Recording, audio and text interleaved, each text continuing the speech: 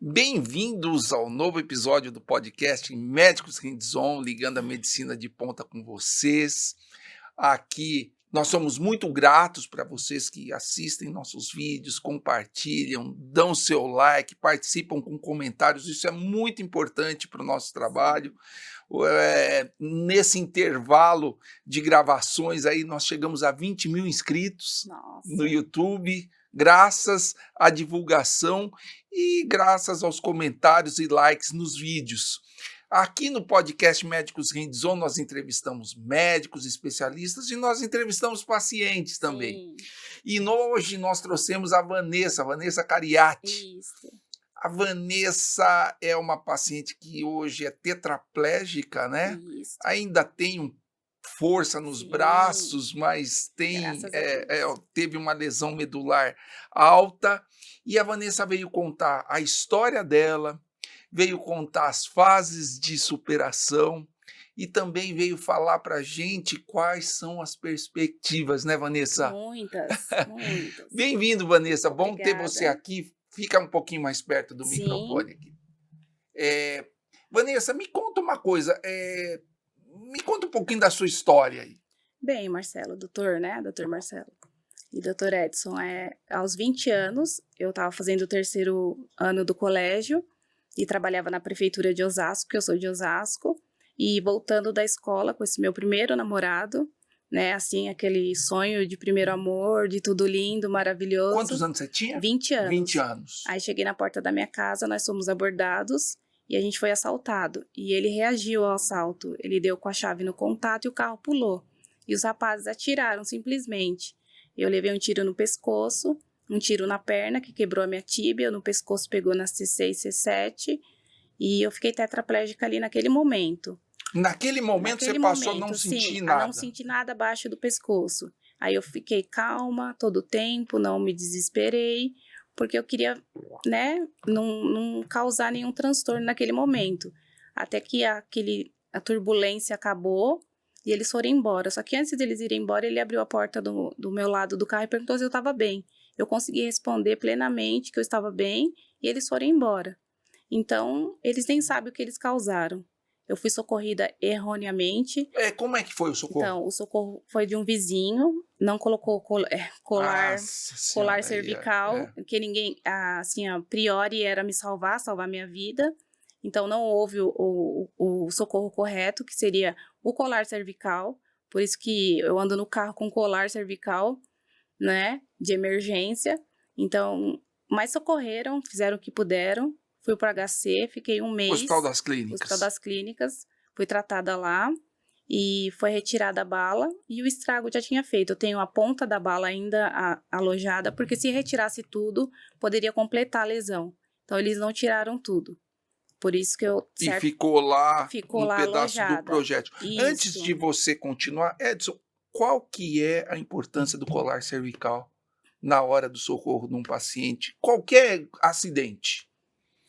Em situações de acidente, por exemplo, acidente automobilístico, quedas de altura, qualquer acidente, nós devemos ter em mente a possibilidade de o paciente ter acontecido lesão de coluna cervical, de coluna de uma maneira geral, principalmente cervical. E por que isso é importante? Porque se o paciente tiver lesão da coluna cervical, dependendo do modo de resgate da pessoa, nós podemos fraturar mais ainda e nós podemos comprimir mais ainda a medula cervical, causando agravamento dos sintomas. Então, ou seja, tipo, você tem uma lesão, tem uma fratura, de repente a coluna foi preservada. Se você não coloca o colar e não imobiliza, o que acontece? Esses sintomas, você pode ter compressão da medula e você pode condenar um paciente que não seria tetraplégico. Sim, né? No caso ele me pegou no colo. Te pegou no Me colo dobrou, com o pescoço sim, solto. com o pescoço solto. Por exemplo, quando nós pegamos alguém no colo, a cabeça fica balançando. Sim. Né? A cabeça fica balançando. Se a pessoa tiver lesão de coluna cervical, uma lesão óssea, por exemplo, ou lesão ligamentar, e se tiver alguma compressão da medula, por exemplo, nós podemos piorar né? A fratura, agravar a compressão e podemos lesar mais ainda a medula cervical. Mesmo que o paciente não tenha sintomas, né? Sim. Não estou sentindo nada. Então vamos pegar ele. Não faça isso. Sempre imobilizar o pescoço com colar cervical. Tanto é que você tem um no seu carro, Sim, é isso? Exato. Mesmo que o paciente não tenha sintomas, se tiver qualquer suspeita de lesão de coluna cervical, nós devemos transportar o paciente imobilizando a coluna cervical. Porque mesmo que não tenha sintoma, nós, na hora do transporte, nós podemos produzir sintomas. Sim. E só um aspecto antes, é muito importante, né? Por exemplo, você foi uma fatalidade, foi um tiro, sim, né? 2. Mas 2 tiros, 2 e um tiros. pegou na sua coluna, né? Isso. Primeira coisa, não reagir a assalto, né? Nunca. Nunca, Jamais. né? É Hipótese uma alguma, maneira de prevenção de você. Sim. Agora, existem causas aqui no Brasil, e você deve ver lá no seu grupo de PCD, né? Que você faz parte lá no Facebook, Sim. que são causas evitáveis, muito importantes, como por exemplo, mergulho em água Sim. rasa, né? Mergulho em piscina de cabeça, mergulho em onde você não conhece, uma cachoeira que você não conhece a primeira vez que está indo, pulou, bateu na pedra. Bateu na pedra, lesão cervical é muito provável, né? Muito provável. E afogamento em seguida. Isso. Entendeu? E o pior, para tirar esse paciente da água, você não vai, às vezes Então. na rapidez ele está lá no fundo, você acaba não imobilizando o pescoço, você puxa de uma vez. Então, mergulho em água rasa é muito importante. Sim. A outra questão é laje, né? Queda de laje, que é muito. O pessoal faz o quintal em cima e não cerca, não tenha. É muito perigoso, e o né? cinto de segurança nos veículos também é muito importante. É muito importante para evitar a lesão cervical. Sim. Mesmo no banco de trás, né? Inclusive, é o mais importante, É o mais importante. Né? Porque... E ter o encosto da cabeça atrás. Porque quando nós batemos o carro, mesmo com cinto, o que acontece? Nós fazemos chicote com a cabeça. Isso. Dependendo do grau de energia do chicote, nós podemos ter lesão de coluna cervical. Portanto, é importante, além de usar cinto na hora de dirigir ou pegar uma carona, é importante também que atrás no banco tenha o encosto da cabeça. O encosto. E o cinto de segurança atrás é importante também, porque com a pancada, se você está solto no banco de trás, ou você é projetado para frente ou para cima, o choque da cabeça contra o teto ou para frente pode provocar a lesão de coluna cervical, né? Isso é muito importante. E pode machucar quem está no banco da frente também, né? Dependendo, porque o peso fica muito, dobra muito e machuca tanto a pessoa que está atrás quanto quem está no banco da frente. Quem está no banco da frente de cinto, quietinho, quem vem atrás machuca. E o que faltou ali onde você estava foi a reação, quer dizer, reagiu ao assalto. Reagiu ao assalto. E aí acabaram... Então, as principais causas de lesão de coluna, né, lesão de coluna são causas traumáticas. Sim. Então, mergulho em águas rasas, né? Então, por favor, pessoal, isso sempre aumenta em feriados e fins de semana. As pessoas vão para o lago, vão para o riacho, não tomam cuidado, pulam de cabeça, não conhecem o local. E, de repente, no mar, por exemplo, tem a maré. Então, eu tinha um amigo de infância em que no dia anterior, ele ficou pulando o dia inteiro de cabeça. Só que a maré estava alta. No dia seguinte, ele foi correndo, não olhou se a maré estava alta ou baixa, ele foi correndo e ele pulou. Só que a maré estava baixa. Então, a cabeça foi direto para o chão. No banco de areia ali. No banco de areia. Né? E, infelizmente, teve lesão de coluna cervical, ficou tetraplégico. Então, pessoal, Isso daqui é muito importante Vai você fazer festa saberem. lá em cima de casa, na Isso, laje, na laje. cerca a laje, né? Isso. Sim. As brincadeiras de piscina, ou seja, o Empurrar o pessoal outro. bebe e quer empurrar as pessoas, ou quer pegar nas pernas e nos braços e quer jogar para dentro da água, só que um solta, outro não solta, aí Sim. fica com metade do corpo para dentro descendo na água e metade do corpo sem descer da água, então quebra a coluna no meio. Então, pessoal, as lesões traumáticas são por falta de prevenção e irresponsabilidade. Então, todos nós devemos tomar todo esse cuidado. Bom, é importante saber que, além das lesões traumáticas, existem doenças que acometem a medula cervical. Então, as doenças inflamatórias, as doenças infecciosas podem causar lesão de medula cervical. As doenças vasculares podem provocar isquemia da medula, como se fosse acidente vascular cerebral, só que na medula, né, levando a lesões na medula. Então, nós não podemos esquecer de outras causas. Hérnia de disco, né? Hérnia de disco extrusa pode causar lesão de medula, né? Os bicos de papagaio, os osteófitos, dependendo de para onde eles crescerem, se crescerem para dentro do canal raquiano, por exemplo, nós podemos ter compressão medular, canal estreito, né, podendo causar sofrimento vascular e compressão da medula. Então, são outras causas de lesão de medula. Então, mas a principal causa é prevenível, que são as causas, a causa traumática é a principal causa e tem Sim. prevenção. Então, por favor, isso é um pedido nosso, todo fim de semana, todo feriado, Aumenta. isso, Os a nossos incidência plantões de aumenta. neurocirurgia eram mais agitados nos fins de semana de sol, né? E dos feriados, E eu né? peço assim aos nossos adolescentes que estão aí com esses celulares de última geração, não reajam nunca ao assalto, não vale a pena por um celular, estando junto com alguém, a gente nunca sabe a reação do próximo, né? Então é bem difícil saber o que a outra pessoa vai fazer, mas põe em mente, não reaja por nada, por um celular, por um carro, nada vale a nossa saúde, porque depois é irreversível, mesmo a gente tendo a medicina avançada, mas é muito complicado. E vocês que estão praticando esportes radicais, será que vocês estão devidamente protegidos E preparados, né? e preparados e orientados? Vocês que andam de moto, né? Que vocês que andam de bicicleta e ficam pulando, ou skate, né? Sim. Esses esportes radicais. Montanhismo mesmo, né? Será que vocês estão devidamente preparados, devidamente orientados em termos de segurança? Porque é uma causa importante de lesão de coluna, seja a coluna cervical, seja a torácica, seja a lombar. Então, é algo para vocês pensarem. Verdade. E reforçando o colar cervical, certo? Sim.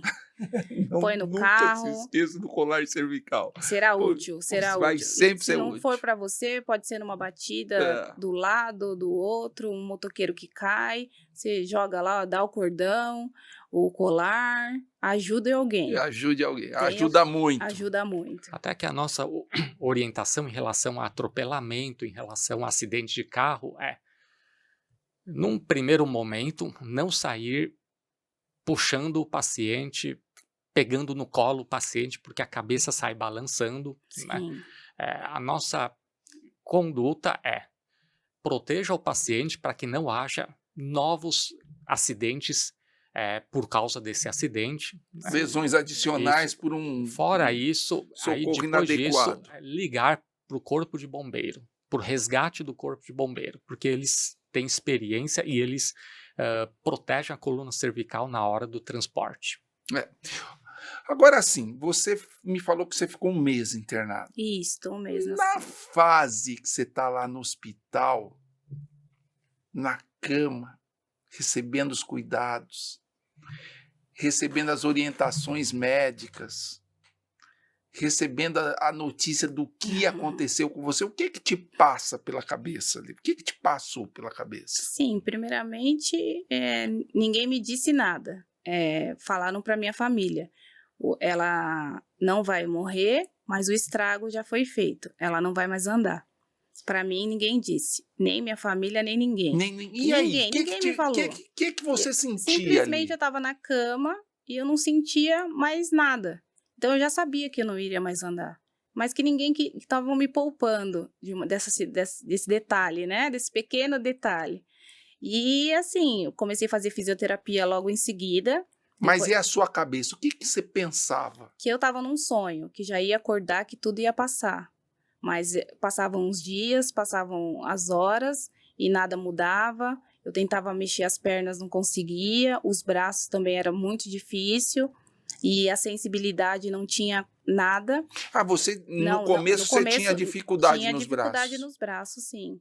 Era um pouco mais o direito, eu conseguia mexer um pouco. Mas o esquerdo era totalmente, né, sem sensibilidade nenhuma. Aí o fisioterapeuta foi trabalhando comigo e através dele eu fui descobrindo que eu estava tetraplégica, né? E ganhei minha nova amiga, minha companheira, que chegou para mim, é a cadeira de rodas. E eu tive que aceitar. Foi um momento de aceitação, aquele um mês, que ele me ensinou a passar da cama para a cadeira. Já em um mês, já foi feito esse começo de reabilitação, né? E me ensinou a pôr uma blusa e tentando apertar bolinhas. O que eu pude fazer, eu fui fazendo, porque eu queria ter ganhos, né? Porque ele falou que naqueles primeiros momentos era o momento de ter ganhos. Então, eu fazia tudo e quando me cansava, eu queria mais. Ele falava, não, descansa. Eu, não, vamos. Já que é para ter ganhos, vamos ter ganhos. Quer dizer, você tinha aquela força de superação, né? Sim, sempre. Vamos, se é para ter ganhos, que seja um dedinho, mas que seja. E aí eu tive alguns ganhos já ali com o braço esquerdo e foi muito importante. Depois eu fui pro HC fazer a reabilitação. Aí comecei lá e eu não tinha pinça nos dedos. O braço voltou em quanto tempo? Em uns 6 meses. 6 meses, ou seja, o choque medular. Medular, e voltou só. Medular. É importante a gente ressaltar, voltou sozinho, não foi remédio, não foi. Sozinho.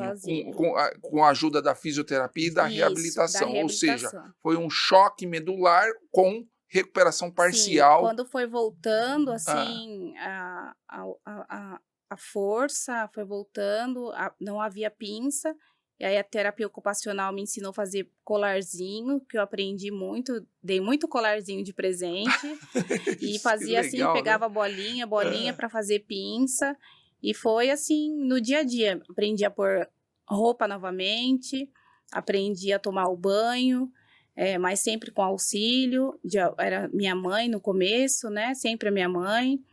E assim, com aquela força de esperança, não, se é para ter ganho nos primeiros momentos, vamos ganhar o que a gente pode. Aí eu fui chamada na CD, depois de 1 ano na fila, e a reabilitação na CD foi, assim, sensacional. Aprendi muita coisa no tablado, virar, fazer posições que eu não conseguia, né, fazer coisas que sozinha. Equilíbrio com tronco, né? Jogo de tronco, né, ganho de equilíbrio de tronco, ganhei muita força. E assim, fiquei 3 meses. Esperei 1 ano e a reabilitação foi 3 meses. Porque o foco deles é mais crianças, né? Então, os adultos são apenas assim, reabilita, te ensina a tocar a cadeira, te ensina a pôr a roupa, tomar um banho e bora pra vida. E aí foi o que eu fiz. Já que é pra viver numa cadeira de rodas, vamos viver. Tá. Bom, passou essa fase de reabilitação. E agora? E a vida? Quando caiu sua ficha, porque você teve uma fase de ganhos até é importante recuperar o movimento dos braços e das mãos, né? Isso te dá outra perspectiva em relação a você não ter mais esses movimentos, né? Inclusive para o seu trabalho, para o seu dia a dia, os braços são muito importantes, né? Apesar de você não ter as pernas, os braços já ajudam bastante. Muito. Os membros superiores não mexiam nada, né? Nada. Ou seja, é importante a gente ressaltar isso, né? Fala um pouquinho do choque medular, Edson. É importante nós ressaltarmos que após, seja o tiro, seja a fratura, seja acidente, né? Com lesão de medula, no caso da Vanessa foi lesão de medula cervical, lesão de medula cervical, que pode acontecer com a medula? A medula ela pode entrar no que nós chamamos de choque medular. A medula ela pode inchar, né, ficar edemaciada, inchada, e portanto isso faz com que, machucada, né, isso faz com que a medula não pare de funcionar temporariamente naquele momento. O que nós médicos fazemos? Se houver compressão na medula, aí nós operamos a coluna para fazer a descompressão medular. Aí nós tiramos o que está comprimindo a medula. É por isso que as cirurgias da coluna são cirurgias importantes para que a coluna não permaneça comprimida.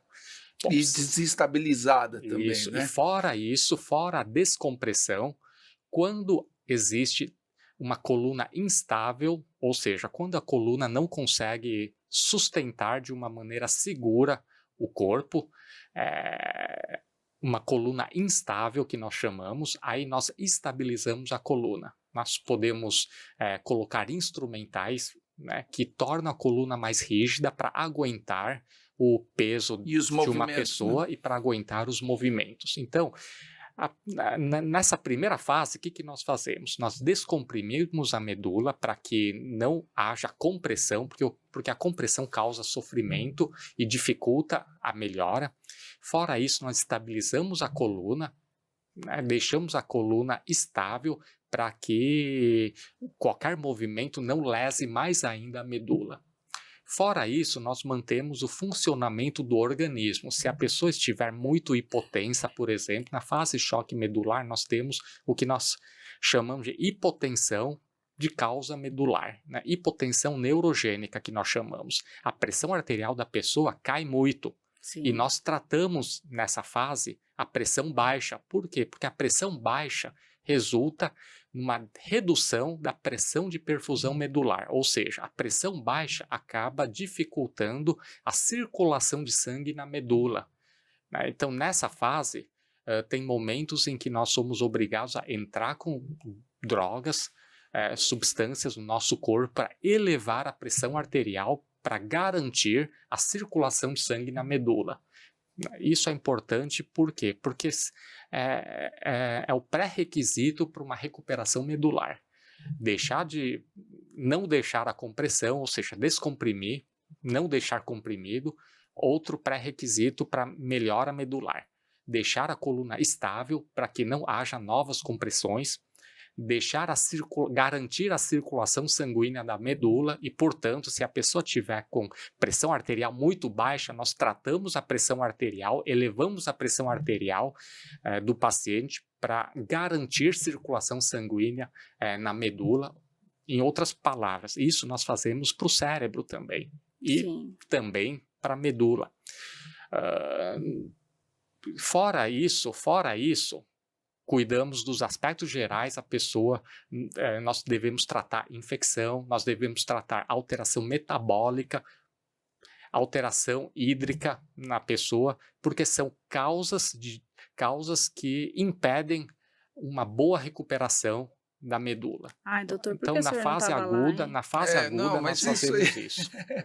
Não, e assim, o importante que o Edson falou é assim, que o paciente tem várias complicações. Sim. E você trata essas complicações para manter o paciente bem, para descomprimir a coluna, para restabelecer. Por quê?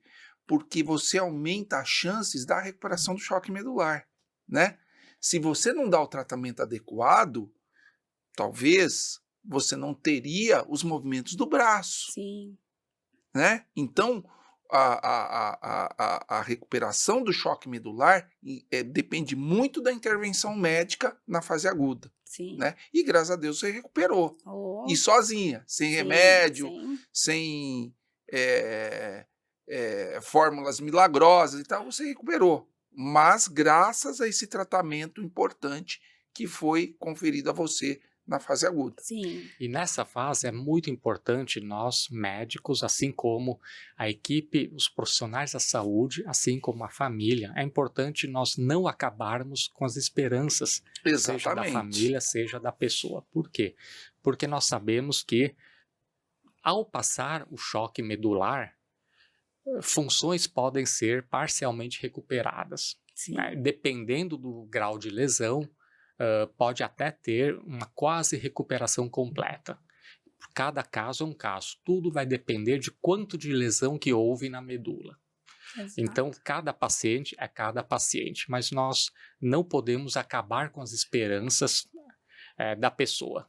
Ao mesmo tempo, nós também não podemos dar falsas esperanças. Sim. Então, nós não podemos nem dar falsas esperanças para a família, né? Nós não podemos brincar com os sentimentos da família e dar falsa esperança. Que nós vamos abordar aí para frente, né? Você vai contar. Isso. Né? Por outro Sim. lado, nós também não podemos acabar com as esperanças da família. Verdade. Por quê? Porque o paciente pode vir a melhorar. Até que você, Vanessa, foi recuperando gradualmente, né, os movimentos dos membros superiores. Exato. Bom, você recuperou, uma boa parte graças à intervenção médica, fisioterapia, reabilitação, e chegou num ponto que estacionou. Isto. E aí, quando que sua ficha caiu? E quando sua ficha caiu, o que você passou a sentir? O que você fez da sua vida? Minha ficha caiu quando chegaram opções para mim que acupuntura, abelhoterapia, uma certa religião me trazeriam tudo de volta. Que eu voltaria a andar. Que você alimentava essa esperança eu acreditava plenamente que aquelas abelhas, aqueles ferrões que eu estava levando, que eram 20 picadas por sessão, na minha coluna doía muito, mas era a promessa do profissional que eu voltaria a andar. Porque você tinha muita vontade de andar. Eu tinha muita vontade. No começo era assim, o meu objetivo era sair dessa cadeira. O único objetivo era esse, fazer tudo, fisioterapia, porque eu vou voltar a andar, porque me falaram que esse procedimento das abelhas vai dar certo. Quer dizer, veio de boca a boca para você. De boca a boca. Foi assim, Aí você foi lá. Eu paguei, foi muito caro, juntou a família, a gente pagou a acupuntura, a gente pagou os médicos que prometeram, mas assim, nada funcionou. Nada funcionou. Quer dizer, você tomou picada pra caramba, teve risco de pegar uma bela infecção, né, das picadas, doeu, teve muitas dores. Depois das sessões, eu ia pra cama com muitas dores, aí caiu minha ficha, eu falei, não é assim que vai acontecer. Me conta um pouquinho também, você foi abelha, foi o que mais? Abelha, acupuntura na coluna. Na coluna. Médicos com choquinho, ultrassom, passando ultrassom, luz vermelha. Não que seja errado você passar ultrassom com luz vermelha, mas a promessa estava errada. A promessa era muito grande para pouco, né? Para pouca coisa. Então, assim, aí caiu minha ficha. Eu falei, não vai ser dessa forma. Fala um pouquinho da religião também. Então, olha, foram tanta gente na minha casa, tantas orações, eu agradeço a todos pelas orações. Foi tudo muito positivo. Acho que um positivo é bom nesse momento, mas dizer que eu vou para a igreja e vou voltar a andar, para o pastor, olha, não, acho que a gente não discute religião. Sim. Cada um acredita na sua. Sim, isso é importante. A religião é importante. Muito importante na nossa vida. Aliás, nós vivemos num país onde 90% das pessoas acreditam em Deus. Então, eu acredito muito, né? Estou aqui, graças a Deus, né? E acho que, assim, prometer que eu vou voltar a andar se eu for na igreja tal ou na igreja tal, foram muitas promessas. Promessas e retorno financeiro também, né? Se eu pagasse, se eu ajudasse aumentar aquela igreja, a gente vai fazer um maior, você vai ajudar, você ajudando, você vai ver, suas pernas vão voltar. Eu falei, mas minha perna tá aqui, onde elas foram, por que vão voltar? Então foi assim, onde caiu a minha ficha, que eu falei, não é desse caminho que eu vou. Você ficou quanto tempo nessa vibe de falsas promessas? 4 anos. 4 anos nos tratamentos falsos. Andando atrás de tratamentos falsos. Andando atrás de andar. E isso consumiu o dinheiro da sua família? Muito, muito. A gente fez vaquinha na família, meus tios ajudavam, meu pai ajudava.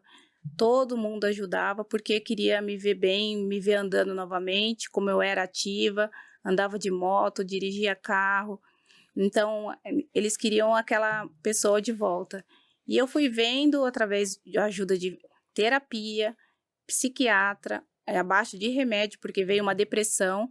Porque... Depois desses 4 anos, você deprimiu porque... Não, eu deprimi nos 4 anos. Nos 4 anos. Sim, porque eu fui vendo que nada acontecia. A cada gasto que você tinha, a cada lugar de falsa esperança que você ia, nada adiantava. Nada adiantava. E isso é uma frustração enorme. Isso é uma frustração que nos deixa, assim, totalmente depressivos.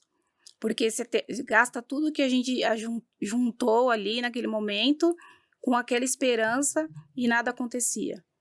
Então, a depressão me pegou de um jeito muito forte. Eu perdi o namorado, que ele foi embora, me deixou. E assim, eu perdi tudo na vida. De repente, em 5 minutos, perdi a mobilidade, o direito de ir e vir.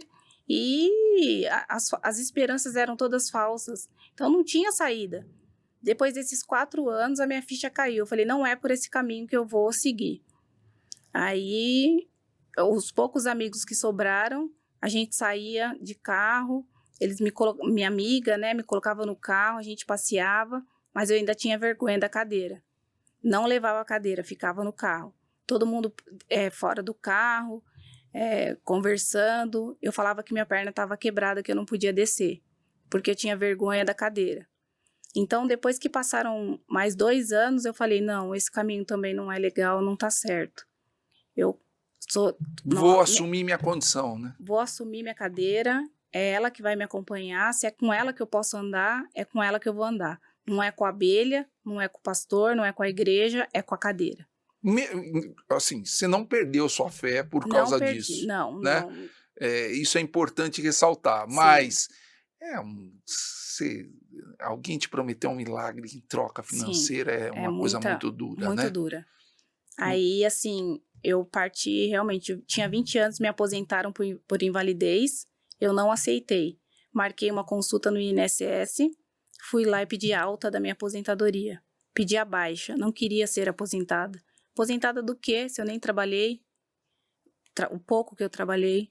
Pedi a baixa da aposentadoria, o perito até brincou, falou que, nossa, as outras pessoas estão aqui desesperadas para aposentar e você quer desaposentar? Desaposentar, olha só. Aí eu desaposentei. Isso aí é superação, né? Uma bela superação. Comecei a enviar meu currículo ali no computador, o pouco que eu conseguia ficar, e me chamaram para trabalhar no Unibanco. Ainda era só Unibanco. Eu entrei como atendente, né? Atendente no saque. Isso você entrou por caminhos especiais, PCD? Por PCD, por ser PCD, sim. Acho que facilitou meu ingresso ao trabalho, ao mercado de trabalho, né? Porque tem as cotas, então ajudou muito ser PCD e fazer parte dessa empresa, que é uma grande empresa para se trabalhar no Brasil. Hoje em dia é o Itaú Unibanco, que são uma das melhores empresas para trabalhar. Então, eu tô lá, vão fazer 15 anos, e quando eu entrei, teve as dificuldades, quem levava, um vizinho buscava, eu não tinha carro, né? Um vizinho levava, meu pai levava um dia, minha mãe começou a dirigir, depois de muitos anos, voltou a dirigir, me levava. Aí eu conheci um outro rapaz e engravidei.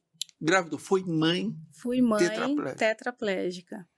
E aí, não deu certo o relacionamento, mais uma vez, mas eu ganhei o grande amor da minha vida, que é a Laura, minha filha. Quantos anos tá? 17. Ô, louco, que legal, hein? E que legal. Esse amor me fez completa, me fez feliz, e assim, eu luto todos os dias pela lei dos deficientes, que eu acho que as leis existem, mas as pessoas... Nós vamos falar das leis. Sim, e a minha filha, assim, me faz acordar todos os dias e pensar, eu tenho que levantar, eu vou trabalhar por ela.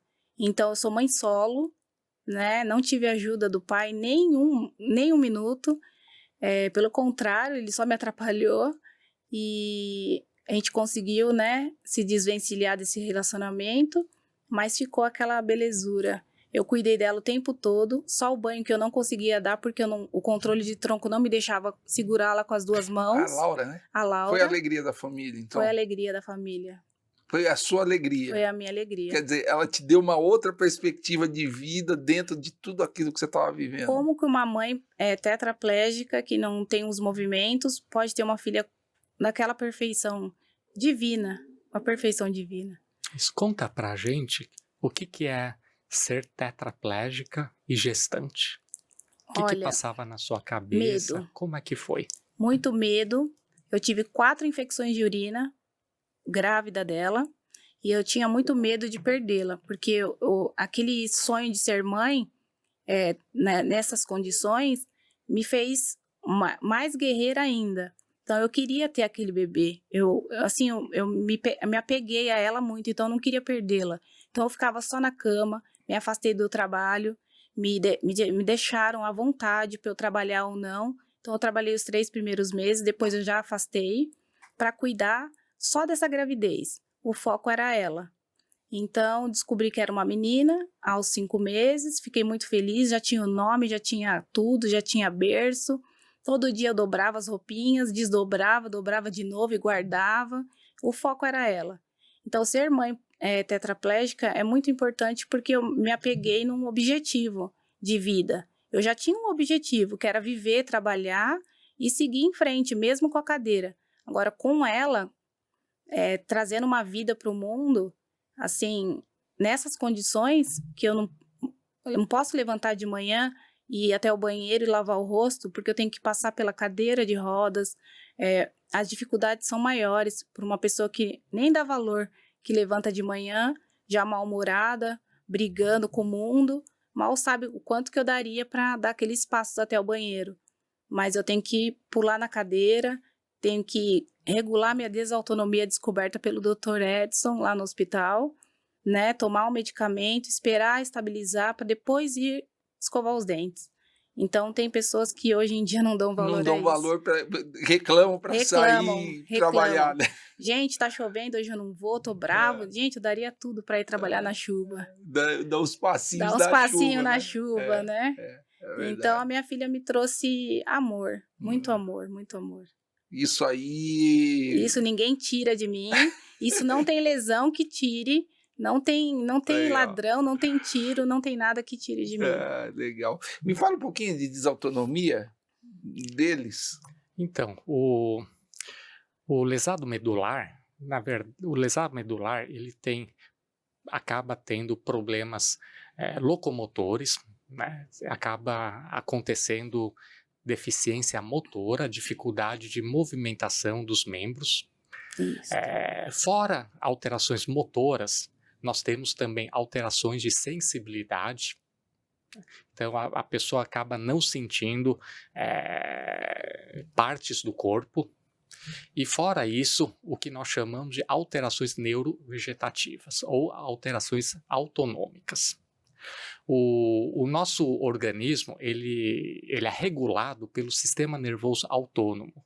E o sistema nervoso autônomo ele regula o nosso sistema cardiocirculatório, é o sistema nervoso autônomo que pede para a pressão arterial de um paciente, da pessoa, de ficar mais alta. Ou é o sistema nervoso autônomo que pede para baixar a pressão arterial. É o sistema nervoso autônomo que pede para o nosso intestino se movimentar. Assim como é o sistema nervoso autônomo que faz a adaptação da pupila em relação à luz do ambiente. Então, o sistema nervoso autônomo, ele promove vários ajustes conforme a necessidade, né, dentro do meio ambiente que a pessoa esteja. Quando nós temos lesão medular, nós criamos uma situação de lesão funcional do sistema nervoso autônomo. Então, com isso, nós ficamos diante de uma situação chamada desautonomia ou disfunção autonômica. O sistema nervoso autônomo passa a não conseguir manter autonomia de regulação, por exemplo, cardiovascular. Então, quando a pessoa fica sentada, por exemplo, a pressão cai e pode cair bastante. Sim. A ponto de passar mal, né? de a pessoa passar mal, a ponto eu desmaiei. Quase desmaiar. Sim. E a ponto de desmaiar. Então, os desmaios podem acontecer por causa de desautonomia. Então, a Vanessa, ela tinha um quadro de desautonomia em que ela não conseguia ficar muito tempo sentada, né? Ficava pouco tempo, já tinha que deitar e erguer as pernas. para para redistribuir os líquidos, o sangue pelo corpo, né? Então ela mal conseguia ficar sentada, né? Você tinha que ficar deitando o tempo todo, né, Vanessa? Bom, depois do diagnóstico, aí com tratamento adequado, aí ela consegue atualmente ficar como agora, ficar o dia todo sentada, na cadeira, sentada. sentada. Se fosse o tratamento, ela não tava participando do podcast deitada aqui, falando. Deitada na mesa, né? Não, graças ao Dr. Edson. O Dr. Edson que descobriu com o pedido do exame da doutora Marisa lá do Sírio. A gente descobriu e agora eu tô com um medicamento que excelente, não tem efeitos colaterais e eu tô com uma vida ótima. Conseguiu recuperar essa função, né? Eu dirijo agora, né? Busco minha filha, levo na faculdade. Depois, você começou a dirigir depois do tratamento da desautonomia, é isso? Sim, voltei, né? Voltei a dirigir, porque eu não podia antes, porque eu não aguentava. Tava lá no volante, podia acontecer um acidente. Sonolência, muito lentificação. Tomava, né? assim, isotônicos para ver se melhorava, mas nada subia minha pressão. Sal, água com sal, nada acontecia. Depois do resultado do exame e o medicamento certo, mudou a minha vida completamente. Agora eu dirijo, quando eu não tô muito bem, meu pai que vai, mas assim, a maioria das vezes sou eu. Sim. E para completar a questão da desautonomia, nós sabemos que a bexiga urinária, ela também é controlada pelo sistema nervoso autônomo, né? Numa situação de lesão medular, nós acabamos tendo desautonomia da bexiga.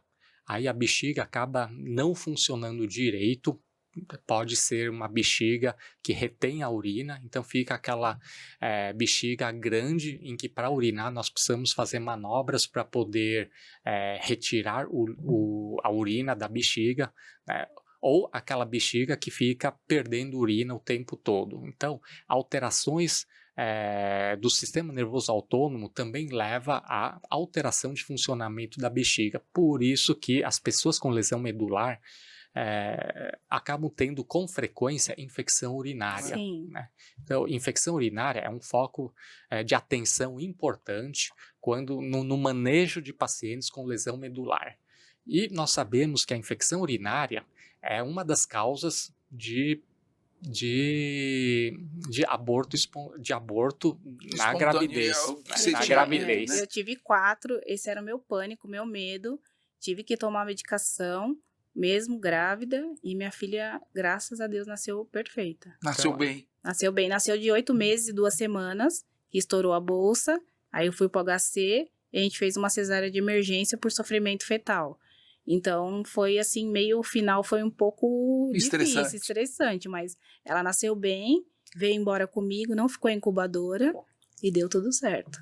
E por causa de alteração da bexiga, o lesado medular pode vir a ter alteração renal, né? Alteração dos rins. Pielonefrite. Né? Seja infecção, seja insuficiência renal.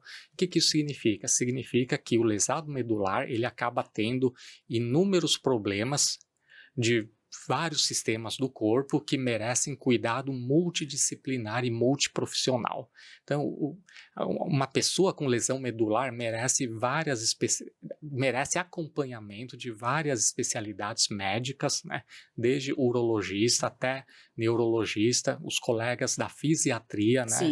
São muito importantes como maestros do tratamento de um lesado medular.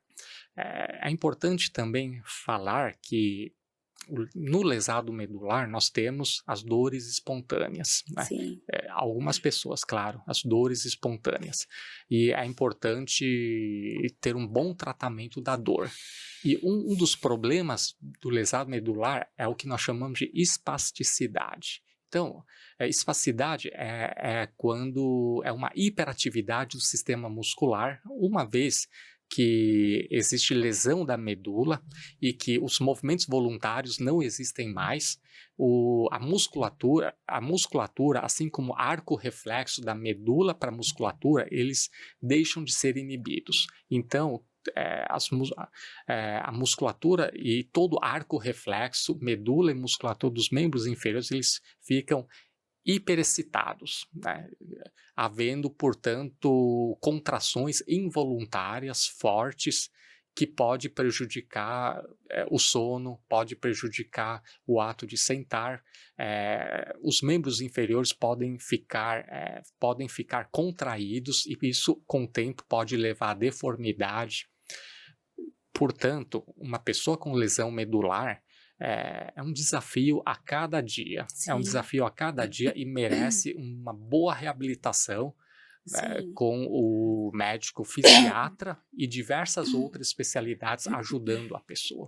Seria uma bexiga neurogênica? Isso, seria, a gente né? chama de bexiga neurogênica. E ela já é colonizada, né? É. Porque todos os exames que eu faço dão infecção de urina.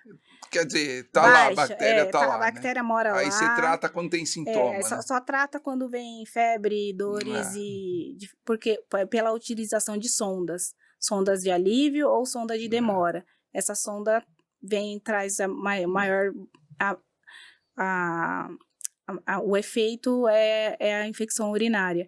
Então, né, conforme a gente usa essa sonda, tanto de alívio, por mais que a gente faça o cateterismo com luvas e estéreo, vem bactéria, não tem jeito, a bactéria vem. E vira casinha, a bexiga vira casinha da bactéria, né? Mas assim, é importante tratar quando você tem sintomas, sim.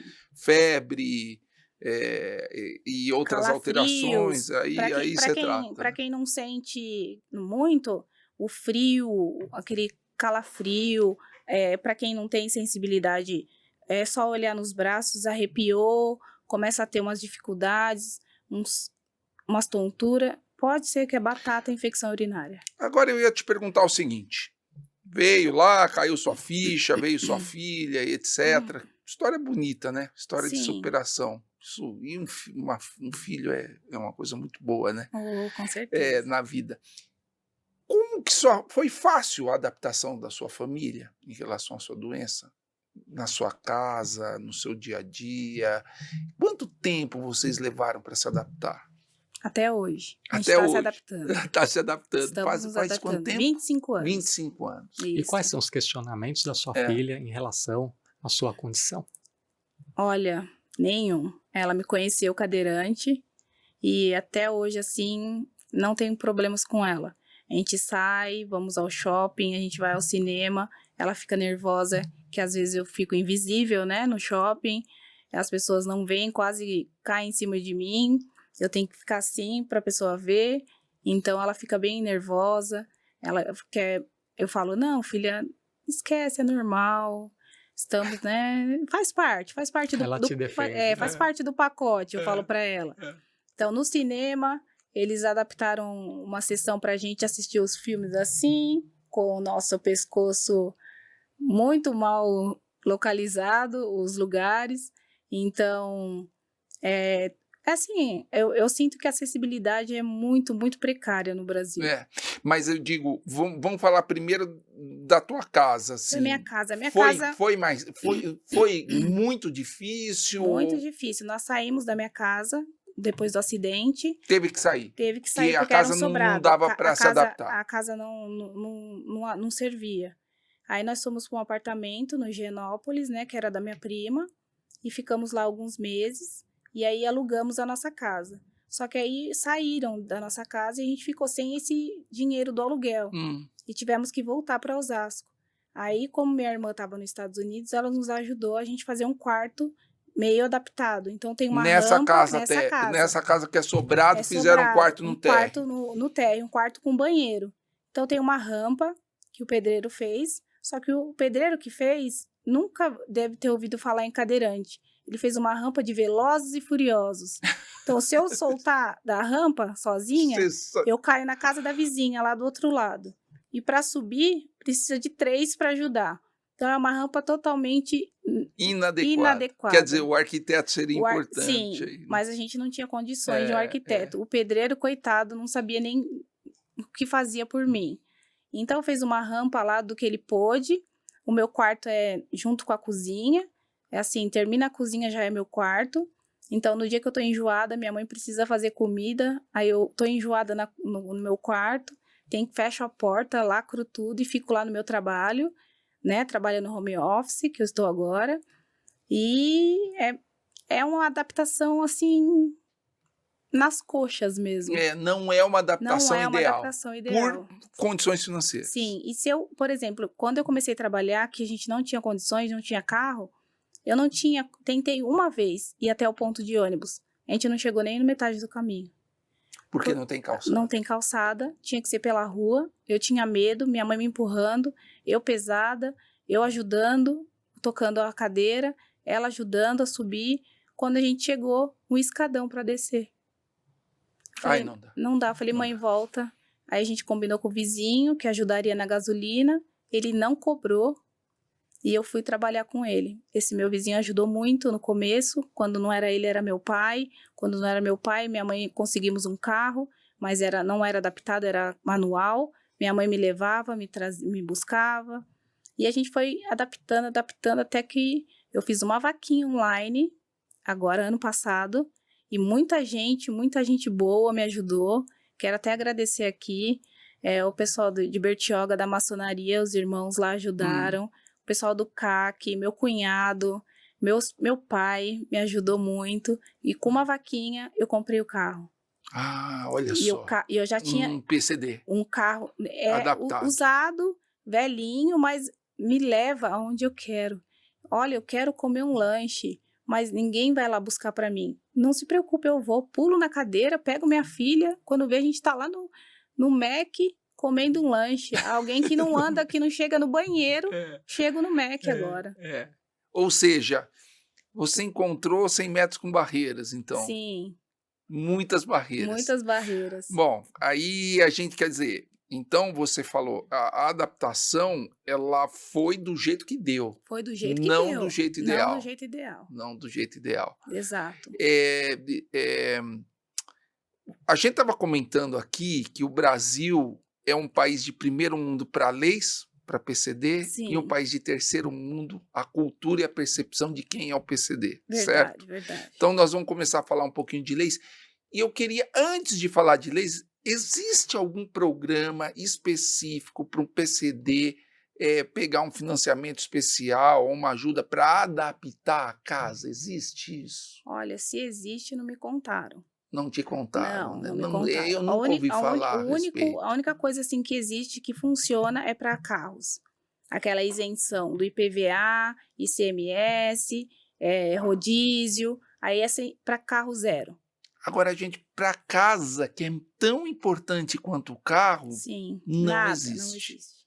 Porque só você me contando aqui o exemplo que você passou na tua casa, um arquiteto com alguns detalhes, mudaria com baixo tudo. custo, Sim, mudaria tudo. Mudaria tudo. Te ajudaria com muita facilidade. Muito. O arquiteto olha, bate o olho no ambiente, olha, vamos fazer aqui, vamos fazer... Porque, na realidade, você pega um pedreiro com boa vontade, mas sem conhecimento. Verdade. Que pode, assim, ajudou, mas podia ajudar mais. Podia ajudar mais, verdade.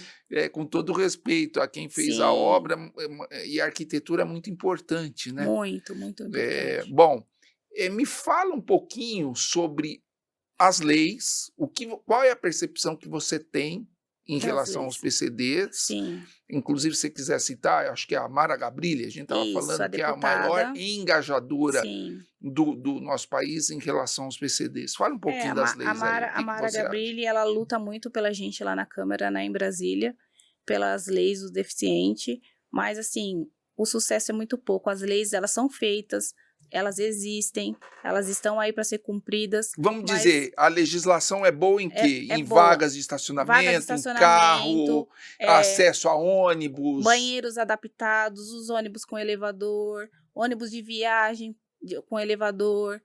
Tudo tá ali no papel, mas quando a gente vai, não tem. Eu contar um caso rapidinho, Marcelo. Eu liguei para um ônibus, né, para eu viajar para São Sebastião, empresa de ônibus. Aí no telefone eu falei para a moça que eu era tetraplégica, que eu precisaria de um ônibus com elevador. Ela falou, não, nós temos. Comprei a passagem online, minha e da minha mãe, e nós fomos. Chegou lá, não tinha ônibus adaptado. Ai. Aí me pegaram no colo. De qualquer jeito, 2 moços fortes que passou, que nós chamamos. Minha mãe Quer dizer, eles têm boa vontade, mas é ruim pra caramba, né? Minha mãe tirou foto. Subi no ônibus. Cheguei lá em São Sebastião com dores fortíssimas na lombar. E fiquei o final de semana que ia ser muito bom com a minha sobrinha, que é minha segunda filha. E eu queria muito vê-la, queria muito ficar com ela. Fiquei só com dor. Fiquei com a dor. E na volta, não tinha como voltar. Ônibus, colo, tudo de novo. Cheguei aqui, tive que fazer tratamento, entrar com pregabalina para dor e processamos a empresa. Ganhei o processo, ganhei 10 mil reais. Mas eu não queria 10 mil reais. Eu queria sentar no ônibus. O cumprimento da lei, né? Eu só queria isso. O 10 mil foi embora. E aí? E o meu direito de ir e vir? Por que ele não existe? Se existe para você, por que não existe para mim? Se eu pago meus impostos, o meu dinheiro, a gente gasta até mais que vocês, porque tudo para deficiente no Brasil é mais caro. Essa cadeira já não está me servindo mais, eu não tenho como trocar no momento. Então, assim, para eu comprar uma cadeira é muito caro, 5 a 7 mil reais. E essa cadeira já está muito velha, usada, preciso de uma nova. Tem lá a Caixa Econômica para fazer juros absurdo para comprar aparelhos, né? De cadeira motorizada, não me serve porque eu não quero deixar de tocar minha cadeira, que é um exercício para mim, para o tronco, para respiratório, cardio. Então é meu exercício, então eu não vou querer uma cadeira elétrica, jamais. Para eu ficar... Não tem sentido para mim. Então tocar a cadeira é importante e eu não tenho como trocar a minha cadeira, porque tudo para PCD é o dobro. Quer dizer, as leis existem, mas na prática, às vezes você encontra, às vezes não. Peronomútil. E o lance do shopping? Me fala como então, chegamos no shopping, aqui em São Paulo, shopping de grande porte, que só vão pessoas, né, nível médio, e eu dirigindo, a minha filha do lado, todas as vagas de deficiente ocupada. Eu falei, gente, todos os meus amigos estão aqui nesse shopping? Não é possível, marcamos encontro. Não, chamei o guarda, ele falou que não podia fazer nada. Eu falei, como não? Eu pedi para minha filha descer e olhar se tinha o cartãozinho do deficiente, né, que é emitido pela prefeitura, e ela falou que nenhum tinha adesivo, nenhum tinha o cartão, e parado na vaga do idoso deficiente, fiquei esperando, liguei o pisca-alerta e fiquei esperando. O moço veio tirar. Eu falei, moço, por favor, eu sou tetraplégica, o senhor parou na minha vaga. Nossa, mas foi rapidinho, já tô saindo. Eu falei, o seu rapidinho me deixou, assim, constrangida. Quer dizer, se ele estaciona ali para economizar 10 passos, imagina você, né? Esses 10 passos que você economizou, é os 10 passos que eu sonho em dar um dia. Então, assim, a cultura do brasileiro é o rapidinho, o esqueminha, o dar um jeito, sabe? Vamos dar um jeitinho. Esse dar um jeitinho prejudica muito a gente. E assim, quer dizer, a gente está... Em termos de leis, nós somos primeiro mundo. Sim, em termos de cumprimento, percepção, cumprimento estamos em último. Estamos em último, né? Falta cultura. Sim. Você acha que falta cultura? Muito. Você já teve oportunidade de visitar outros países, outras... Não, assim não teve, né? Tive. Mas talvez aqui ainda falta muito essa cultura de percepção de quem tem. O que vocês... Qual é a percepção de vocês nos grupos? Você frequenta aí 3 grupos de Facebook, no Facebook, sim. Deficiente online e são 3 nomes associados à deficiência mesmo. A gente discute muito emprego, é um tópico que os empregos exigem muita coisa, né? Faculdade, estão exigindo muitas coisas, não que não seja necessário. Eu entrei, fiz administração quando eu engravidei da Laura, eu estava estudando. Tetraplégica, fazendo administração na faculdade. Então, eu acho que o emprego tem que exigir, sim, claro, mas a reclamação é que, assim, é falta de como chegar ao trabalho. Até arruma um emprego, mas assim, tem um ônibus que leva, mas o ônibus não tem o elevador. Aí não adianta, né? Agora, o deficiente visual tem como chegar, um outro auditivo tem como tem chegar. como chegar, o AVC tem como chegar. Já tem uma certa facilidade perto de nós, tetraplégicos, que é muita dificuldade um ônibus adaptado. Se você perder aquele, pronto, perdeu o dia do trabalho. Então, o meu trabalho hoje... Ou priorizar o home office para vocês, agora né? estão priorizando o home office, eu estou de home office, né? E, assim, adoro o meu trabalho. Através dele, a minha filha só estudou em escola particular. Eu consegui pagar isso sendo mãe solo no Brasil. Hoje ela está na faculdade, primeiro semestre. Eu estou muito orgulhosa, muito feliz. E só queria que a gente fosse visto mais, porque a gente está meio invisível ainda. O acesso ao emprego é satisfatório? Ou seja, tetraplégico, existem programas suficientes dentro das empresas para abrigar vocês? Pelo menos dentro das que eu trabalhei, sim, porque eu trabalhei no Unibanco, depois em 2009 eu saí, trabalhei no Santander, a adaptação era perfeita para nós cadeirantes, a altura de mesa, tudo adaptável, né, pra gente. Depois eu voltei a minha proposta era ficar no Itaú, só que aí eu saí, fui demitida, e aí eles me mandaram uma proposta em 2011 para eu voltar. Eu voltei por conta, assim, nem tanto do salário, que era uma proposta boa, mas era do convênio que brilhava meus olhos, que era um convênio que me dava acesso ao Sírio-Libanês, que é onde eu conheci o doutor. Então, eu voltei por conta do convênio, porque eu tenho uma filha, e eu pensei nela, né, nesse momento. Então, eu tô no Itaú porque é uma empresa muito boa para trabalhar e porque me dá as possibilidades. Se eu for presencial, eu tenho como trabalhar. Se eu for home office, é em casa e tá tudo certo. Você hoje, por exemplo, você teria como se locomover até o seu trabalho com mais facilidade por conta do carro, ou o acesso melhorou, condução melhorou? Não, condução não melhorou. Não, né? A condução na ponta é muito ruim ainda, né? Talvez aqui mais tem metrô adaptado, por aqui tem agora, ônibus, periferia, mas na não periferia tem não. Eu ainda não consigo sair da minha casa, da frente da minha casa. Por problemas de calçamento, acesso ao ponto e ônibus não adaptado, isso. Né? Ficaria ali no ponto o dia todo e não vai passar esse ônibus com elevador. Se passar, o motorista tem que descer, baixar o elevador, as pessoas olhando feio porque estão atrasadas. Você acha, as pessoas são assim? São assim. Você acha que falta solidariedade? Falta empatia. As pessoas olham feio, eu querendo dizer, por que não fica em casa, não aposenta, né? Tá nessas condições, tadinha, aposenta. Aposenta o quê? Eu quero trabalhar, que tô viva, né? Então, o motorista tem que descer, baixar o elevador, eu subir, as pessoas atrasadas, eu atrapalhando ali, eu me sinto constrangida a única vez que eu peguei esse ônibus, porque todo mundo me olhando, ai, vai atrasar. E eu tava ali atrapalhando, realmente. Então, depois desse dia, eu fui pra vaquinha, com a cara e com a coragem, e arrumou um carro. Arrumei um carro. O que mais te constrangeu? Qual a situação que mais te constrangeu sendo tetraplégica? O que mais me constrangeu? Os olhares das pessoas. Alguns me julgando, porque quando eu chego, no carro não dá para saber. Daqui para cima, tô perfeita. Então, quando eu chego em algum lugar, a pessoa fica olhando feio para mim, até a minha filha descer e pegar a cadeira. Aí muda. Ai, quer uma ajuda? Muda tudo. Mas quando eu chego e paro na vaga de deficiente, o julgamento é muito, muito, muito, muito ruim. Porque as pessoas me julgam como se eu estivesse usando a vaga, sabe? Querem lutar pela essa vaga com a pessoa que está precisando dela. Então, o julgamento é muito difícil. Principalmente para os tetraplégicos, sim, né? E as pessoas julgam, aí ficam olhando feio, de lado. Aí, quando minha filha abre o porta-mala para pegar a cadeira, muda tudo.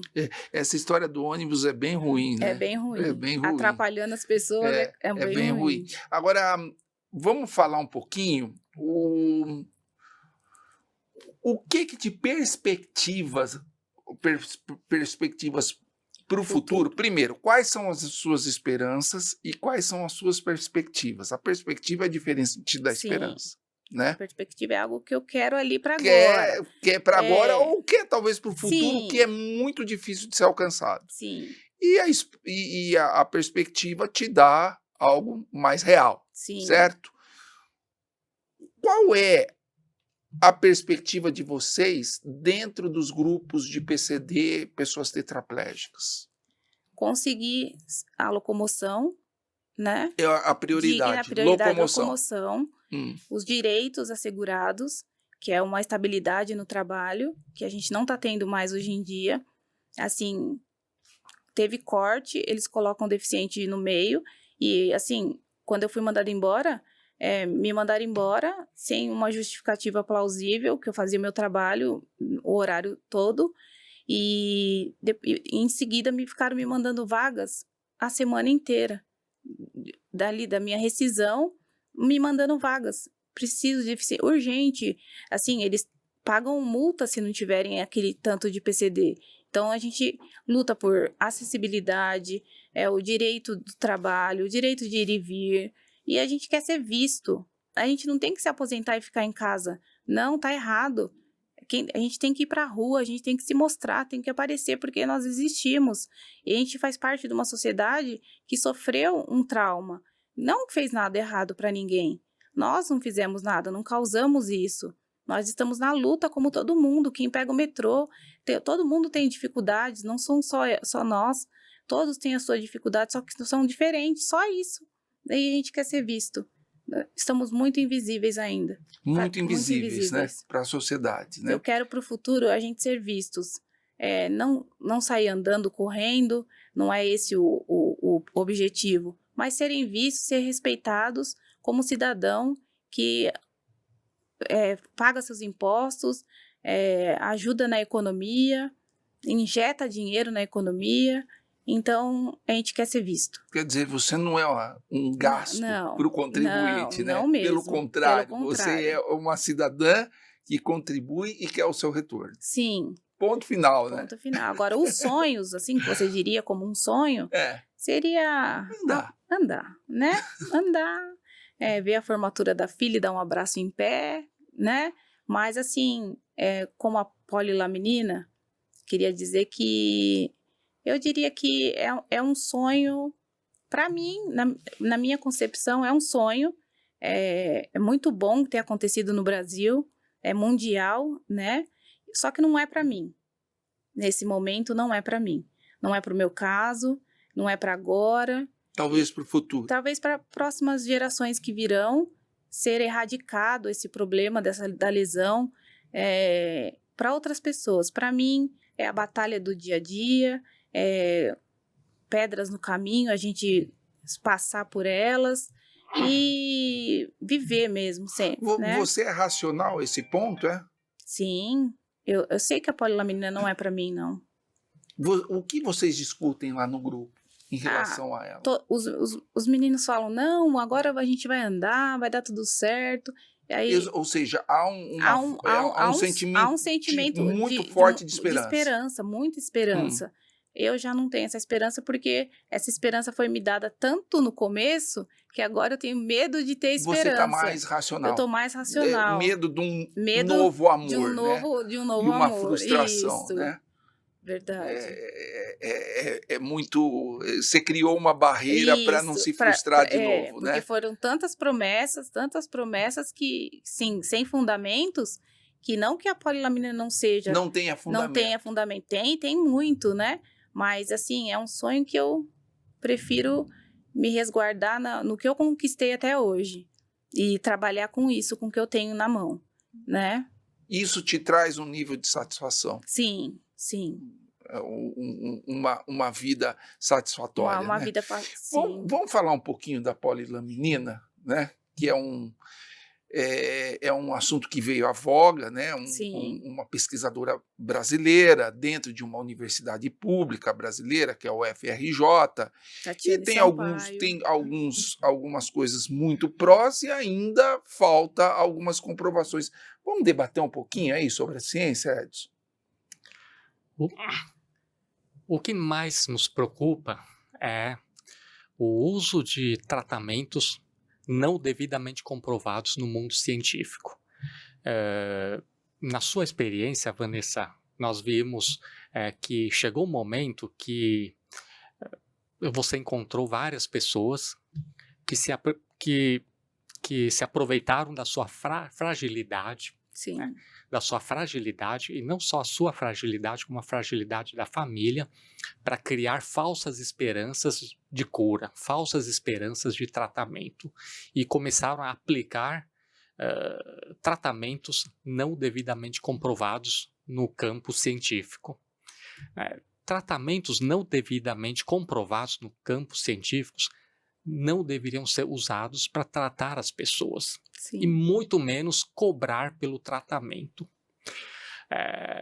Exemplo disso seria, por exemplo, um suplemento X prometendo pelo profissional, prometendo que você melhoraria e sairia andando, só que esse suplemento X não tem comprovação científica e te cobrar pelo suplemento. Aliás, não deveria nem ter prescrito o suplemento. Sim. Né? Com essa promessa, não. É diferente A Vanessa já passou por poucas e boas com isso aí, né, Vanessa? É diferente de, após um exame de sangue, o médico nota que está faltando vitamina B12 no seu organismo, e nós sabemos que a vitamina B12, por exemplo, é muito importante para a fisiologia da medula espinhal, por exemplo. Aí, te dar um suplemento para repor a vitamina B12. Isso é outra coisa. Sim. Né? Mas dar qualquer outro suplemento, suplementos desconhecidos por nós para curar a lesão medular, isso não existe, não deveria ser feito. E muito menos ser cobrado. Assim como as igrejas prometendo milagres não devidamente comprovados em termos científicos, e cobrar pelo milagre, que é o famoso dízimo. Né? Cobrar pelo milagre, isso não é coisa que se faz também. É muito vergonhoso, muito feio. Né? Então, é muito importante as pessoas, numa fase de fragilidade, é muito importante que a família busque tratamentos baseados em evidência científica. Porque o restante, infelizmente, é enganação. E muitas pessoas vão aproveitar dessa fragilidade da família e da pessoa para tentar tirar dinheiro. Aproveita daquele momento de fraqueza, que está todo mundo frágil. Aí aproveita aquele momento e esse e é um dá momento falsa muito esperança. bom para você, bom entre aspas, né? Para você atingir os objetivos de ganho, né? Sim. Então, novamente, ao mesmo tempo, nós não podemos tirar a esperança do paciente, da família, mas nós também não podemos, nenhum ser humano pode dar falsas esperanças para a família. Ainda mais falsas esperanças não baseadas em pesquisas científicas. Né? Isso não é coisa que o ser humano deveria fazer. Esse é o primeiro ponto. E como que é esse processo de validação científica de um tratamento? Por exemplo, suponhamos que haja uma determinada substância, polilaminina, por exemplo, em que se queira testar se seria o tratamento ou não para lesado medular. Como seria esse trajeto? Inicia-se nos estudos pré-clínicos. No estudo pré-clínico, aí a molécula é melhorada do ponto de vista laboratorial. Essa molécula ela é testada em animais de experimentação, né? Ou roedores, ou outros animais de experimentação, para ver a questão da segurança, para ver a questão da fisiopatologia, se realmente pode vir a ajudar ou não.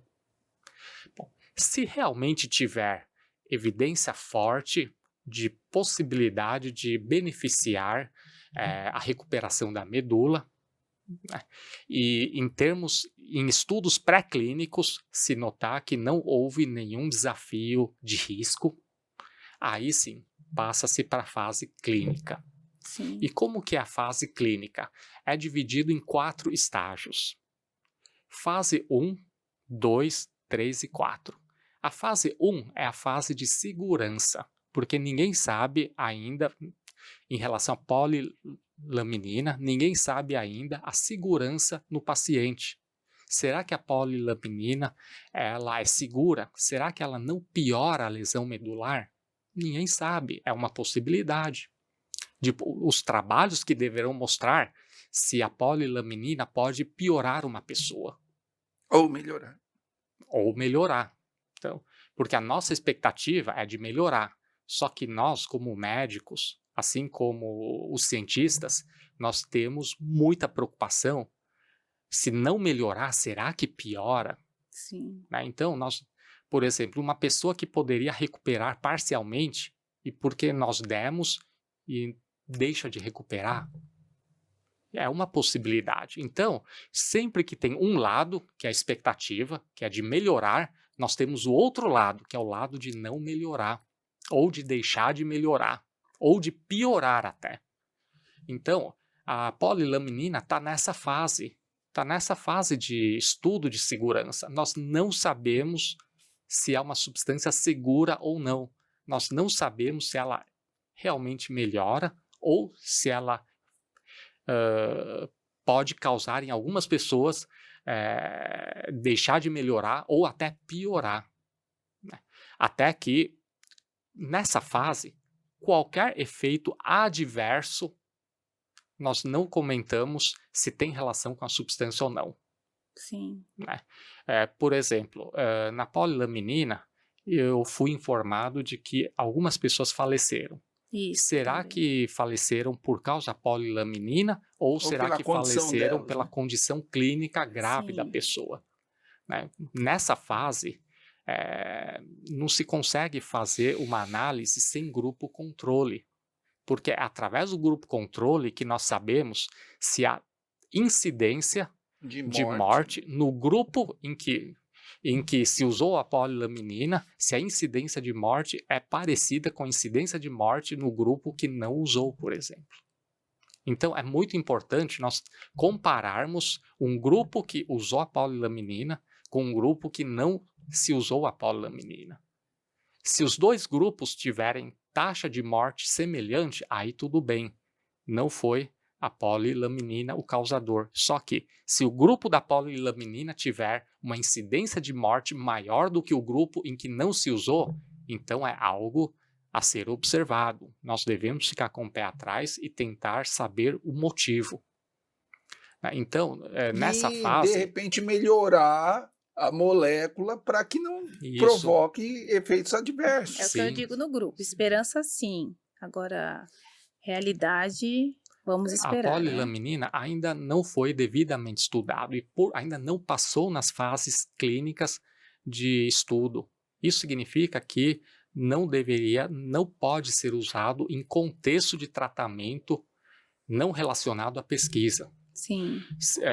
Depois da fase 1, que é a fase de segurança, aí nós vamos para a fase 2. Geralmente, na fase 1, nós recrutamos em torno de 20 a 100 pacientes, em geral. Bom, aí vem a fase 2. Passado a fase 1, não havendo efeitos colaterais, efeitos adversos importantes, né, comparando com o grupo controle, que é o grupo que não recebeu a polilaminina, aí sim nós podemos iniciar a fase 2. Muitas substâncias param na fase 1.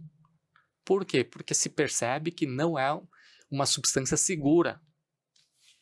Por exemplo, pode até ter eficácia, porém não é segura. Não tem como usar algo que não é seguro, mesmo havendo alguma eficácia. Sim. Tem substâncias que já param nessa fase. Bom, as substâncias aprovadas para a fase 2, aí, como que é a fase 2? Aí se recruta centenas de pacientes, dezenas a centenas de pacientes, aí depende da doença, etc. Observação, a fase 1, com uma certa frequência, é realizada com pessoas saudáveis. Tá? Em algumas situações, quando não é possível realizar em pessoas saudáveis, aí sim se realiza em pessoas com a condição. Bom, Na fase 2, nós reforçamos a questão da segurança e, além disso, nós implantamos, aí sim, o estudo seria para não somente para ver segurança, mas também para ver eficácia. Então, o objetivo principal da fase 2 é olhar a eficácia. Será que tal substância é eficaz no tratamento da lesão medular? Aí sim vem a eficácia na fase 2. E, junto com isso, ele é importante para reforçar se o medicamento é seguro ou não.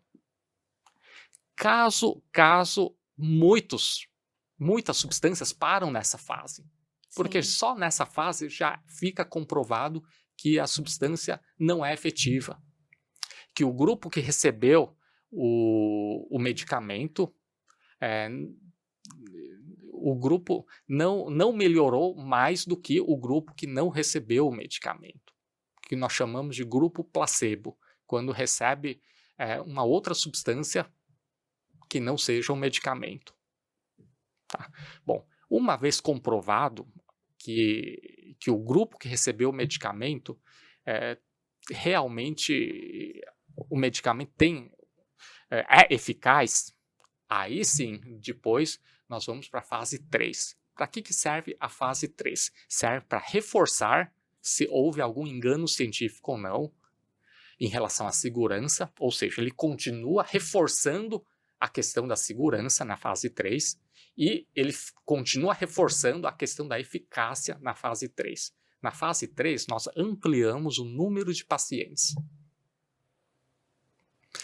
E é após a aprovação dessa fase, aí sim vem a questão regulatória. Aí sim, depois dessa fase, aí o medicamento entra no cenário de comercialização. Sim. Aí vem a fase 4. Na fase 4, aí o remédio já está sendo comercializado, porém, a vigilância sanitária continua observando os efeitos colaterais, eficácia, etc. Monitoramento. Por exemplo, nós tivemos alguns medicamentos em que, por exemplo, tinha um anti-inflamatório muito eficaz para as dores. Né? Ele passou por todas as fases, inclusive segurança. Passou por todas as fases e entrou no mercado. Só que nessa fase 4, que é já populacional, é uma fase populacional, começaram a haver aumento de risco de infarto do coração. Esse medicamento teve que ser retirado do mercado. Não existe mais no nosso meio. Por quê? Porque estava aumentando o risco de infarto do coração. Que não conseguiu ser observado nos estudos, né? Isso, que nos estudos, como o número de pacientes eram menores, então não se via, não se percebia que havia o efeito de aumentar o risco de infarto do coração. Sim.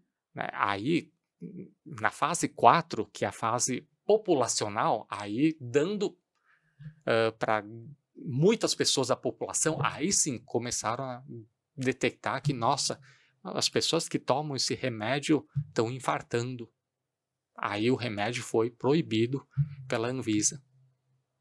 Então, todo remédio tem que passar por essas fases. Não tem jeito, porque na medicina, se a gente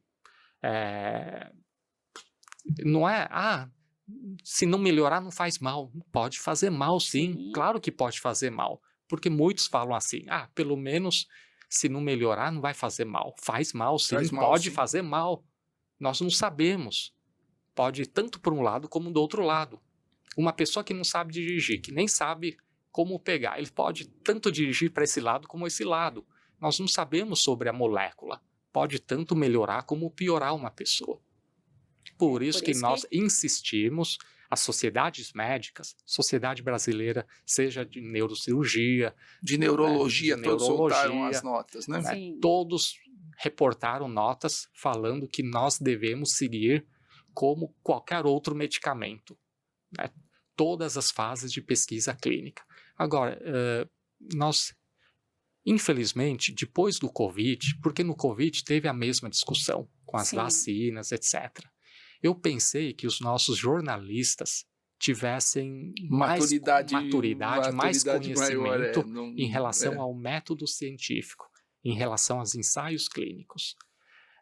Mesmo depois de uma grande pandemia, eu percebo que, infelizmente, os nossos jornalistas, a formação dos nossos jornalistas os nossos jornalistas, as faculdades de jornalismo ainda precisam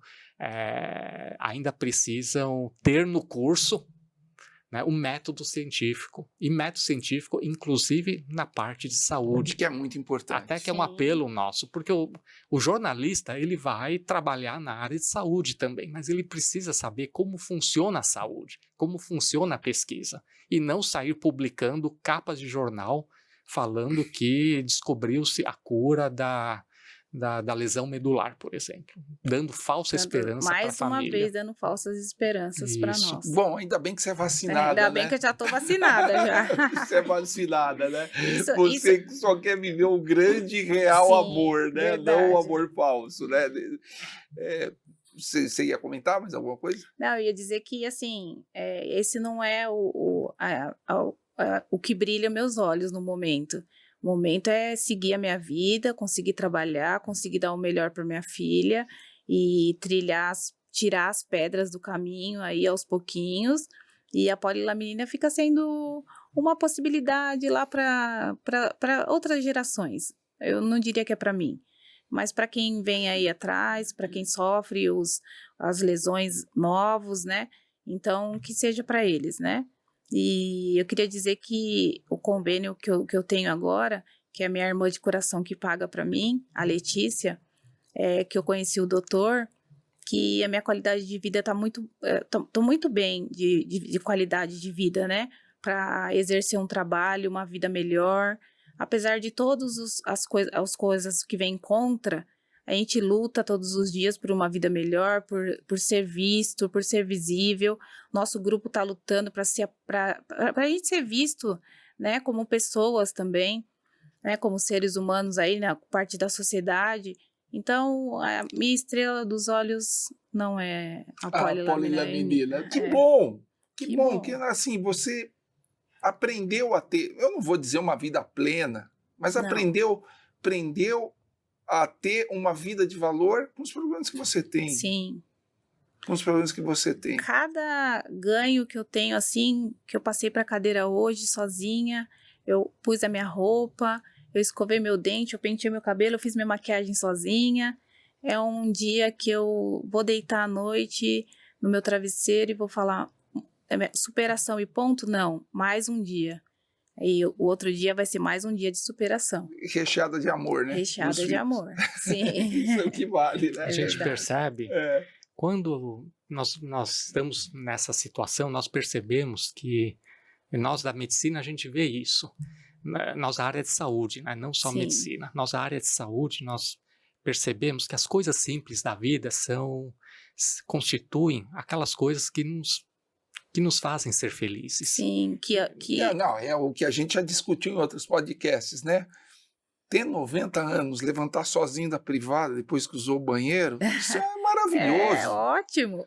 Ou ir no mercado, fazer uma compra e trazer a sua compra do mercado para casa, isso não é uma viagem para o exterior, não é ter um carro de luxo, não é ser cercado de... Não, essas coisas simples são muito importantes. São.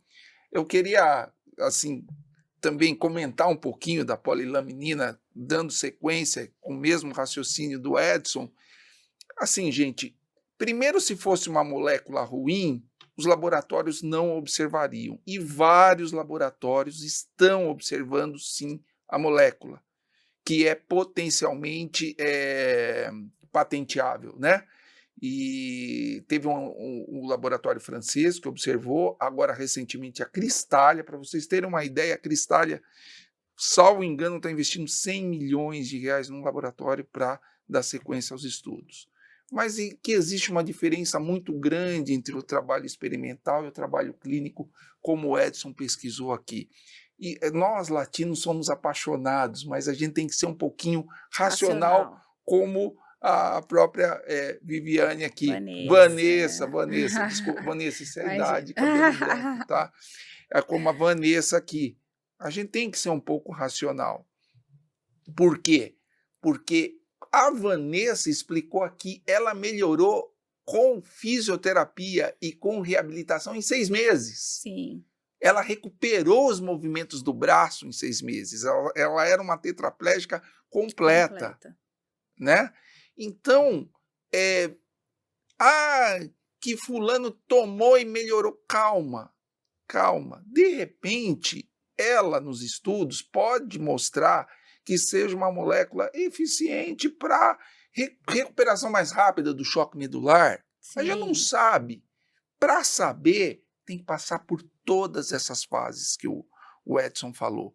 Inclusive, muitíssimo importante, os grupos controles no trabalho, né, Edson? Sem grupo controle, não dá para a gente comparar e não dá para a gente comprovar a eficácia de uma medicação. Então, vamos segurar um pouquinho a nossa paixão, vamos prestar atenção nos trabalhos clínicos. Ah, mas a vacina foi rápido e por que essa molécula vocês querem queimar? Porque não, a vacina passou por todas as fases, talvez num tempo mais curto, porque a gente estava numa emergência, de uma pandemia. Sim. Muitas pessoas, mas se vocês pararem para ver a reunião da Anvisa analisando as 2 vacinas, a Coronavac e a Oxford, foi analisada na reunião da Anvisa, eu assisti toda a reunião. Todas as fases foram respeitadas, inclusive a fase clínica com grupos controles. E não dá para comparar o COVID com a lesão medular em questão de recrutamento de pacientes, número de pacientes, etc. Então vamos ter calma, né? Como você falou, o futuro, de repente a gente tem uma luz no fim do túnel que pode estar reservado para o futuro. E se servir para você no presente próximo, ótimo, mas desde que seja comprovado cientificamente. Né? Isso é muito importante. Bom, a gente já está falando aqui quase 1h30. Né? Eu queria que você... primeiro, parabéns pela tua história. Obrigada. Tá? A sua história é muito bonita, é uma história de superação, com amor. Você ainda está se adaptando, né? Sim. A gente nunca pode falar você se adaptou, Sim. Né? A adaptação vai ser dia a dia para o resto da sua vida, mesmo porque a vida é dinâmica, né? Sim. As surpresas agradáveis e desagradáveis acontecem e a nossa felicidade depende de como a gente encara a dinâmica da vida. Sim. Né? Eu queria que você deixasse uma palavra final para o nosso ouvinte a respeito, primeiro, como você pode ser mais visível para as pessoas comuns, né? Melhorar a cultura de respeito ao PCD.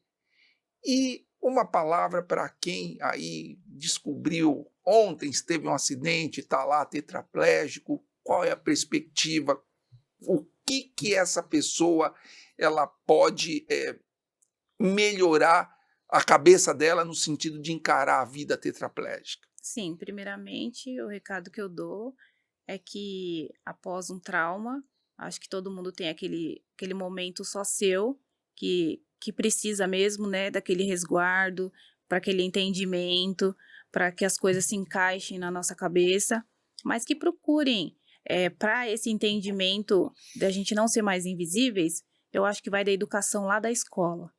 Porque a inclusão social tem que começar no colégio, desde das crianças com Down, com autismo, elas têm que ser insercidas na sociedade, as crianças cadeirantes têm que ter o espaço dela para estudar, vem tudo do estudo.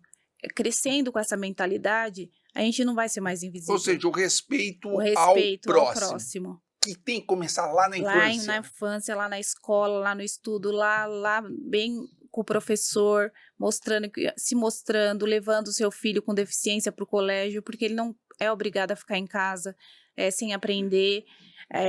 Um professor com acesso às dificuldades na sala, junto com outro professor. Então, tem que começar da educação. Down, autismo, TDAH... Todos, todo mundo junto, todos. né, inclusão social, isso que precisa. A sociedade A mostrada sociedade, como ela é sim, lá na lá. sala de aula, né? E agora, para as pessoas que acabaram de sofrer uma lesão, eu diria que fiquem calmos, discernimento, muita leitura, que é curiosidades. Muita gente me manda mensagem perguntando como que eu faço as coisas, onde eu consigo. Gente, a gente tem o site GPT, a gente tem o Google, vamos ler livros, vamos se orientar, saber o que está acontecendo com o nosso corpo, para poder saber o que a gente pode fazer com a nossa ferramenta, o que a gente tem. Eu com 2 braços, sem nenhum movimento de tronco, de pernas, pulei na cadeira, coloquei uma cinta e fui trabalhar. Fui fazer minhas coisas, fui namorar, fui viver, porque ficar na cama não resolve, Ou não seja, ajuda. é possível. É possível. Ter uma vida, o impossível, né? É possível. E quem quiser dicas, hoje eu uso bolsa de colostomia, porque o intestino também parou de funcionar devido à lesão. Então, eu uso bolsa de colostomia, uma sonda de demora, porque tive uma perfuração na bexiga alguns meses atrás, passei por cirurgia. É meio complicado essa sonda, mas dá para viver tranquilo com ela. Com a bolsa de colostomia também. Quem tiver dúvida, quiser saber como funciona, como usa, onde consegue, se consegue de graça, eu tenho muitas informações. Entra no meu Instagram, fala comigo. Qual que é o seu Instagram? É Vanessa_Cariati. Ah, tá. Pode falar comigo que eu acho tempo para responder, nem se for de madrugada. Joia, Tá? muito bom. E assim, a superação... Superação não é eu superei e ponto. Não, eu vou superar hoje, eu vou superar amanhã, eu vou superar Estou depois. superando, né? Estou superando. E recheada de amor, Recheada de amor. É bom ter um filho, uma filha, né? Uma filha é um banho de endorfina para suas dores, né? Sim. Quando eu tô fraquejando, eu lembro daquele rostinho e tudo melhora. Olha só. Muito obrigado, eu que agradeço, Vanessa, por ter vindo no nosso programa. Foi muito bom. Eu lembro, eu tenho uma prima PCD, e eu lembro que há muitos anos atrás eu estava conversando com meu tio. Eu fui lá visitar, eu gostava muito de conversar com meu tio. E aí ele estava falando dos ônibus com elevador, isso na década de 80. Sim. E eu falei, tio, pra que isso? Automático, né? Aquela sociedade que não enxerga o PCD. Aí ele teve a paciência, ele me explicou e deu um clique. A minha cabeça, lá, eu devia ter uns 12, 13 anos de idade.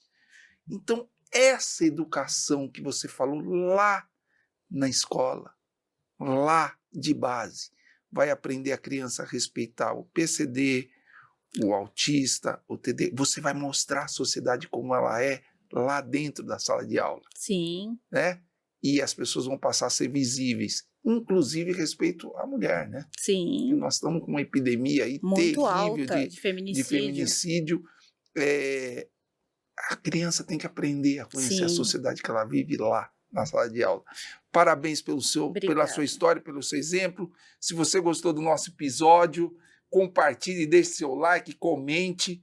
Médicos Hands-on, ligando a medicina de ponta com você.